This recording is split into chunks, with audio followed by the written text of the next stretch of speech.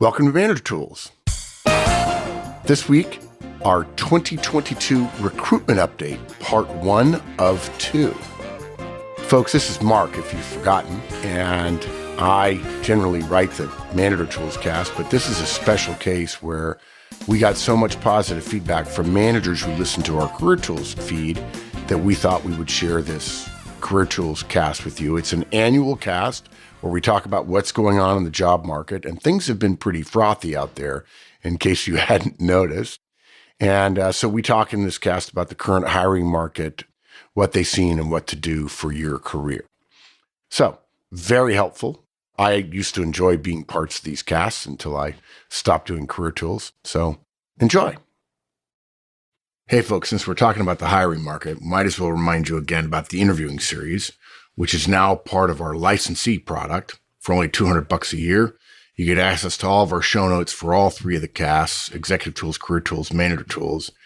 And you also get access to all of the archive of Career Tools and Manager Tools and a year's worth of Executive Tools here in the middle of 2022. And the license also includes the interviewing series, which I think is up to close to 70 podcasts now, 20 of which are behind the paywall, that cover the core questions like tell me about yourself and significant accomplishments and examples and leadership styles and how to close and so on. If you're testing the waters, and there's no reason not to if you've listened to our guidance about being open to opportunities, you've got to get the interviewing series, and the best way to do that is with a license. Once a year, we do a resume update. We've been doing that since, I think, 2009, because we get so many questions about, I've just seen this new thing in resumes, and what does that mean for my resume? And the answer is always nothing. You don't change your resume because the purpose of it has never changed. And the rest of the year, we try as much as possible to do timeless guidance. So it doesn't matter if you listen to this in 2022 or 2032, the guidance in Career Tools should still work. You know, people are people, and people won't have changed. Yeah. Don't not change your resume, just don't change the format structure. Exactly, right? Yeah, exactly. Quarterly, look at your resume, Yes. And make changes if they are suited or needed. But last year, the 18 months beforehand had been so weird that we decided to do a hiring market or a recruitment market update. And this year, things are still weird, and there's still lots going on. And so we wanted to do a 2022 edition. Now, to go back, I went back to the 21 edition to listen to or to read what I'd written last year, and I was surprised at how much of it still applied. So if you haven't listened to that one, I will go listen to that one as well. But for this, we have set our guidance within the context of the broader economic system. So we've tried to explain to you what's happening in the market, what that causes, how you can work out what's happening, and then told you what to do as an employee or as an individual contributor and as a manager who manages people. And that means hopefully that although we are discussing the situation in 2022, and we're discussing in the most part the situation in the US, you can extrapolate, you can compare these conditions that we're describing to the situation you're in and see whether or not there's a parallel. And if there is, the guidance should still work for you. So we're trying to turn timely into timeless and make it boundaryless, make it apply for everybody as much as we can. Yeah. And I think Wendy and I are probably going to speak as much as we can, or we feel, qualified, to markets and trends. And I feel like whenever we talk about people's behavior and their some psychology stuff, we always, offer a disclaimer. We're not psychologists, and we're not, medical we're not professionals. Economists. Maybe we should say we're not economists and we're not, right. Experts on markets, but certainly with Wendy's expertise and just, experience, I think we've got some good stuff to cover here today. So our outline for today is the recruitment market is not homogenous. Hiring becomes more opaque. Return to work. And our last point is unionization. So we've got a lot to cover today, a lot to unpack. But our first point is that the recruitment market is not homogenous. So the demand for candidates is not uniform across industries. or locations or specialties. You can't extrapolate just because you read one headline on, Yahoo or the Wall Street Journal that now that applies to you and your role or your industry. You can't expect that to be applicable in all situations. So just because you read one headline doesn't mean that you should go change jobs now, right? This is always true, but it seems to be particularly true midway through 2022, where we are now at the time of recording this. So let's take a step back and sort of think of the broader context before we go down to what this means for you. So this time last year, we reported that the demand for candidates was high. Almost everybody was telling us they were hiring and they couldn't find enough candidates. That went for practically every industry and every location that we knew. The pandemic restrictions were lifting. There were supply chain issues still. Everybody wanted to get back to normal. And so there was an increased demand in practically everything you could think of. I think the only thing for which demand went down was hand sanitizers. But that meant there was a really high demand for new staff, an abundance of roles to apply for. And there had been a stagnation in the recruitment market. People didn't want to move during the pandemic. And so as soon as it started to lift, they started to move jobs, which causes, the churn causes... It's like a domino effect, right? Exactly, yeah. And so everything you read said there's huge demand for hiring. The natural result of that is that prices go up. And we've seen that in the last year in housing, in food, in airfare. When the demand is high, you raise your price and get more for it. And then, there's the war in Ukraine. There's more supply chain chaos. There's energy companies that need to carry out repairs to harden the grid.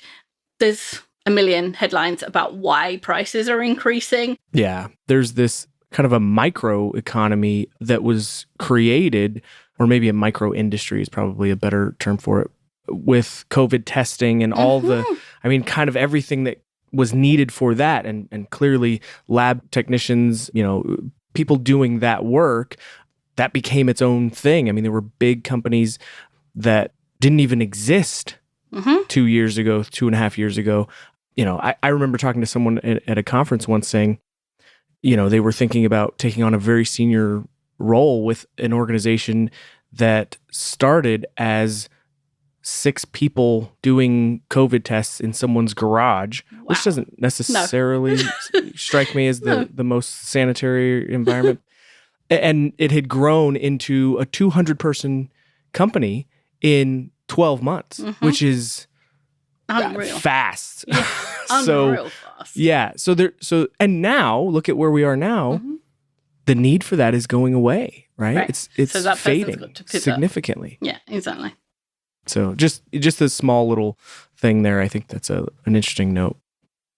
So overall, the consumer price index in, June? I think this was in May, was up 8.3% over the last 12 months. So the consumer price index is the government take an invisible basket, a hypothetical basket of things you might buy. So bread, stuff, milk, gas, the standard things that a household might need, and they look to see how much that would cost on average at a point in the month. And they compare that month by month and year by year to see how much prices are rising.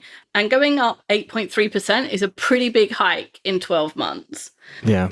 For companies, the cost of making things has gone up because of the supply chain stuff, but also because they had to hire new people. And when you hire new people, are always more expensive than and less the efficient. People you have. Yeah, exactly. So they've had increased cost and they're passing those onto the consumer. And so what the government does is this is essentially inflation and the government response to inflation. Because inflation's a bad thing, right? Because if your wages stay still, as the prices go up, you're able to buy less and less. And at some point, you're not able to buy food, shelter, and clothing, which are the essential things. So governments don't want rampant inflation. It has a million other effects, but that's the big one. Yeah, a lot of companies don't want rampant inflation as well, right? If you're not in consumer goods or commodities market, like people have less discretionary income if they're spending more money on those staples. Exactly. Yeah. So the government response in general is to raise interest rates, and that makes borrowing money more expensive, and therefore it starts to tamp the demand. Interest rates still aren't high, but they were at 0% for 2 years during the pandemic. It's definitely higher than in the last 2 years, and if inflation doesn't slow down, the Fed will keep raising interest rates, which should balance things out eventually, but in the short term will make borrowing money and then all of the things that come after that more expensive. And it's never an exact science, right? No. So you're always, it's kind of that driving a car analogy. You're always kind of shifting back and forth, making small little corrections, right? Sometimes there are bigger things in the way, so you have to make larger corrections, but it's always kind of a balancing act. So it's never going to be exactly right. And, the natural consumer reaction, kind of like I just said, is when prices increase, is to not just have less discretionary income to spend on other stuff, but to slow their spending and look for ways to, cut, look for ways, well, maybe we don't take a road trip, this summer because of, gas prices, or maybe, I don't know. I don't know if you could cut your milk consumption, but maybe that's, that's a thing. Mm-hmm. Or you step down a store. So if you shop at Whole Foods, you go to Target. If you shop at Target, you go to Walmart. If you shop at Walmart, you go to the dollar store. That's the usual thing for, staples. Yeah, that's a good point. Maybe at some point my wife will stop buying the organic DHA omega-3 most expensive milk that there is. Then you step down to the normal 2% or whatever. Exactly. It is. Yeah, good point. So at its very simplest, right, there's this wave of push and pull, and as prices increase, people buy less. And then when prices fall, people buy more.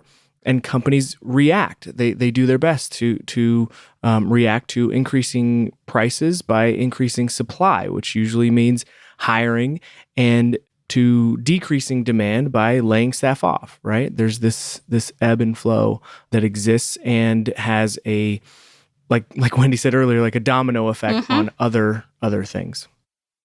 But the economy is not uniform. Even though the Fed acts on interest rates as a whole, the economy is not one homogenous thing. And the National Federation of Independent Businesses reported that 61% of firms in all sectors have few or no qualified applicants for current job openings. But at the same time, Beta and Klarna in the financial sector, Netflix and Carvana in other sectors, and actually I saw two more yesterday that I can't remember, are making layoffs, well-publicized layoffs. And the new hires at Red Hat, which is an IBM software subsidiary, have found themselves in what I think of as the worst of all worlds. They had job offers, and Red Hat has rescinded them. And I saw another 2 examples of that yesterday as well. So that is coming. And that means there's not one consistent experience across the economy. If 61% of people that are hiring can't find applicants, and yet in another place people are being laid off or having their offers rescinded, those 2 things are opposite, but they're happening at the same time. Yeah. So what all of this really means for your career is that you can't extrapolate from news articles and headlines that you see, in social media and posts on social media. You can't take the information there and truly, use that to apply to your career and your prospects or potential, prospects. I guess potential prospects is redundant because prospects are. Yes. Okay. The economy is reported on at a macro level, but your experience is at a micro level.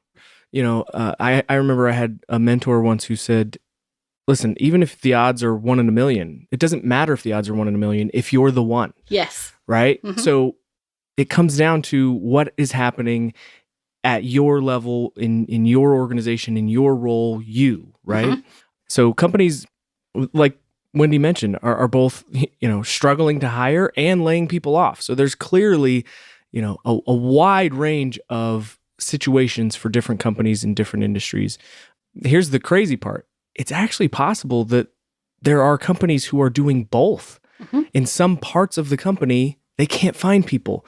And in other parts of the company, they're overstaffed. So yeah, there are companies who are trying to readjust or restructure or try to, change their workforce's skill set, but that's not something you can do on the fly. Learning new skills. Think about what, those of you who are listening to this, think about how long it's taken you to get the skills you have. It's not something you can just turn a corner or turn a page and now do something completely different. So yeah, if you're trying to extrapolate your prospects from social media or from headlines, what you're going to do is you're going to end up stuck oscillating between optimism of, wow, there's so many great opportunities here, and pessimism of, am I next to be laid off? Yeah. It's a horrible place to be. But even in the worst recessions, people are still hiring. And even in the best of upturns, there are companies laying people off. You have to look for the specifics in your industry, your specialism, your location, your level of experience, the salary range you want in order to understand whether the demand for people like you is high or low or medium or something in between. Yeah. There's no uniformity in prospects or in companies, but there's also not uniformity in the benefits that are being offered either. We think of, salary, but there are companies that are offering, or we've heard of companies that are offering sign-on bonuses. I know of companies, of people that I know that are very close to me who are getting or paying out to their employees retention bonuses, giving people bonuses for staying and being in the company. There are companies who are offering more work from home flexibility. And as again, in the headlines we've seen, there are a lot of companies that are starting to say, no, you got to be back in the office. And sometimes those companies are recognizing that that's a bit of a burden for some people, or that they have to compete with other organizations that are saying you can work from home. And so what they do is they say, yeah, maybe we'll pay you a little bit more if you're, if we're going to require everybody to come into the office, and again, that's not universal, but certainly all of these things are potential things that are out there in the market that we know. We've heard those stories. There are companies that offer unlimited PTO, and there are companies that are implementing mandatory PTO. And again, I don't know that there's a right or wrong answer there, but it's good to know what is best suited for your situation. Wendy and I may have very different outlooks on PTO. In fact, I've seen studies that say unlimited PTO is a great selling point for recruiting. I've also seen it's not the greatest in some instances, because then people choose or are scared to take their PTO. Yeah. Because they don't want to be seen as the person who's abusing the unlimited PTO. Yeah. Right? Yeah, I've seen a lot of stuff that says if it's unlimited, people don't take it. Right. It's better to tell them you've got 10 days, take it. Which is why they're doing mandatory PTO, because they did unlimited PTO and it didn't work out for them. But, in another company, unlimited might work. So it's weird that, it's not weird, I guess, that it's, everybody's finding a different way to make it work. Everybody finds a different way to make it work. And again, from a recruitment standpoint, sometimes, gosh, it's just, wow, look, unlimited PTO. It sounds better than amazing. 3 weeks of PTO. You go, oh gosh, there's a constraint here, but there's no constraint over there. Little do you know, once you get in, you go, oh, I can't actually take. Yes. Somebody will think I'm a slacker. Yes. Right, exactly. Yeah. Hey folks, Mark here. Public Effective Manager conferences continue to fill up. We're having to add virtual events to supplement the public events here in July and August of 2022. So the demand continues. I encourage you to come to the website, look for dates that might work for you all over the United States and overseas as well, and sign up for your conference to teach you about the basics, the management basics that will make you an effective manager. So we don't recommend that you try and play the hiring market. So like individuals who try and pick specific stocks that will outperform the market, the vast majority of those fail, lose money. And so the vast majority of people who decide, oh, the market is hot for my skills, so I'm going to change jobs to get a raise. And then they find out that the grass is not greener on the other side. So that's the downside of doing that. People underestimate the loss of the goodwill that they lose when they change companies. In your company, doing your job right now, you can get people to cover for you. You can pre-wire a meeting and have someone support you at the right points. You have someone at the water cooler who will fill you in on the gossip that you need to know. All of that disappears at a new company. It's gone because you don't have it. And so you have to start over. And that makes that new job a lot harder than you actually think it's going to be. Well, it's so hard to quantify goodwill, right? But it's there, and it is more valuable than you can probably put a number on. And we've probably talked about this enough, so I shouldn't belabor this point, but there's something to be said for, we all have seasons in life, and sometimes you have a season where, your performance might suffer, or right. But if you have 9 years of a track record of being a above average to exceptional performer, and then you have, I don't know, just something goes on, you get an elderly family member that's really going through a hard time, medically, and you need to step away to go help them with stuff, and things come up, right? Then if that happens for 3 or 6 months, it's 3 or 6 months at the tail end of 9 years. And there's a clear, point that you have that track record to illustrate that this is a one-off. But if you start somewhere new and you happen to have the worst 3 or 6 months in your career when you start that new job, that's all they know. Yes. That's their sample size. And I don't wish that on anyone, but it's a reality. It could happen. And you want to understand that before making a move. And that's why we talk about it a lot. And the people that we know that are, reporting that, higher and higher salaries are causing candidates to change. And then there's buyer's remorse. There's, regret. And of course, when that happens, people look for another new job, and now vacancies are high again. And it's this vicious circle. I heard it said once, you can try to time the housing market with investment properties, but you don't do it with your house. No. Right? And that's what we're suggesting here. Your career is too sensitive. There's too much that is on the line in terms of, providing for your family and your career, your life, all of that stuff. So it's too important to, focus just on trying to, as Wendy said, play the market. And the thing is that everybody looks at the salary. I would do it too. I do it too. If somebody said, nobody knows what my job, my family's joke is nobody knows what Wendy's job is. So, but if I saw this job and somebody said it's paying $1 million, I'd be like, yes, $1 million. But then I'm discounting all of the other things. Like, I like my colleagues. I like what we're doing here. I believe in it. I get to work from home. All of those things you kind of forget because you see that number and you just compare it to your number. And it's seductive, and everybody does that. What you have to do is go the step further and say, yes, that's a really nice number. Now, what about all the other stuff I value about my job? Does it have that too? Right, exactly. Okay, so what does this mean for managers? Well, for those of you that are listening that are managers, do not stop doing one-on-ones. Those managers who are surprised by their staff leaving don't have a good enough relationship with them. You should know what individuals in your team are looking for in terms of development and knowing, what's important to them about their job and their career, and making sure that they feel valued and are working, that you're working on creating circumstances that makes them want to stay. Anytime that you're unwilling to lose a team member to another organization and they leave, you failed. That's the definition of not retention, right? Retention is keeping people in the company. If there's someone you wanted to keep, not as someone who's a good performer, and they go to another company, then that's a ding against your ability to retain. And retention is one of the two functions of a manager. Absolutely. So We have a longer podcast in Manager Tools about this, but we'll give you the short version. Don't ever counter offer.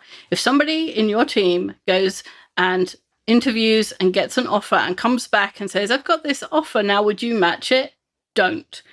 Every time I was in recruitment, and Mark and I have discussed this before, every single time somebody accepted a counter offer and said they would stay at the company, 6 months later, they were back.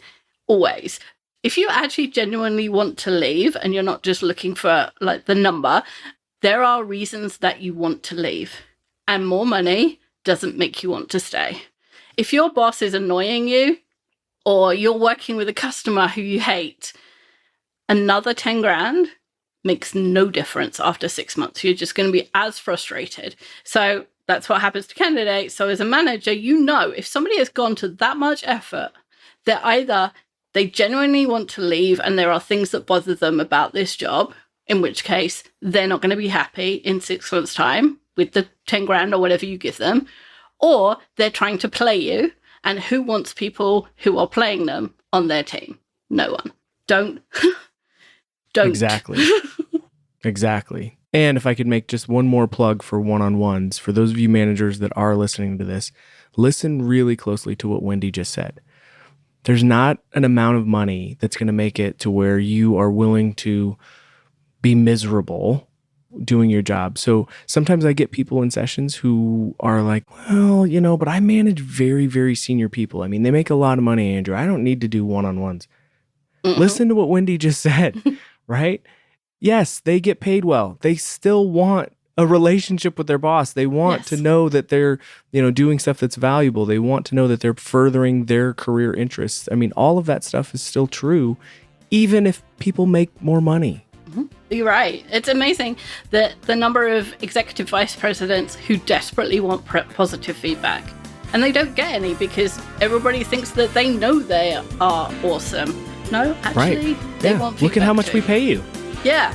You're supposed to just extrapolate from that. No.